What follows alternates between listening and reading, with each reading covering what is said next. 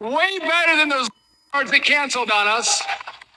Oh, but the 250th anniversary celebration is not a Trump partisan event. It just celebrates America.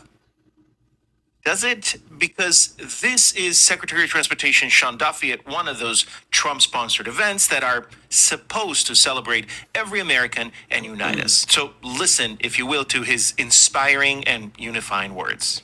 Okay, to start this off, I think we have to give a big round of applause for our military band and singers. Way better than those libtards that canceled on us. So much better.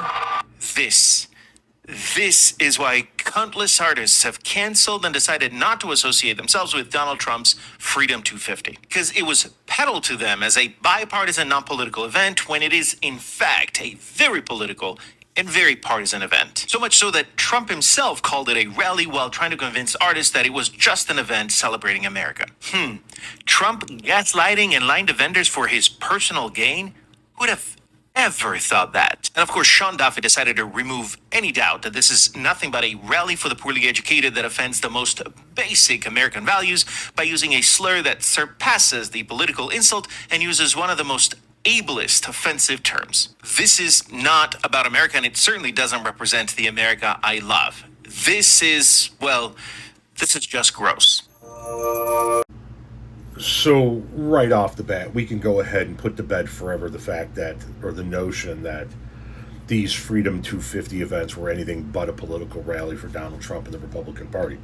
Clearly, that's what it was. We see that now that we're seeing the events unfold.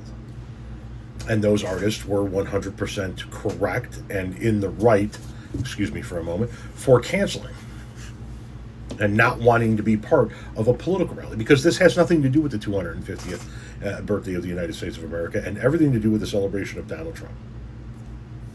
No matter what they say, just watch what they're doing. But more to the point, and this is the point that not one fucking reporter, to the best of my knowledge, has asked Donald Trump or anybody in his administration.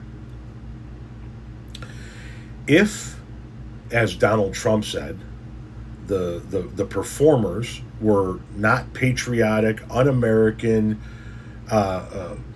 boring performers that are performing songs that nobody wants to hear, or as the Transportation Secretary Shawn Duffy says, they're libtards, why were they booked to begin with?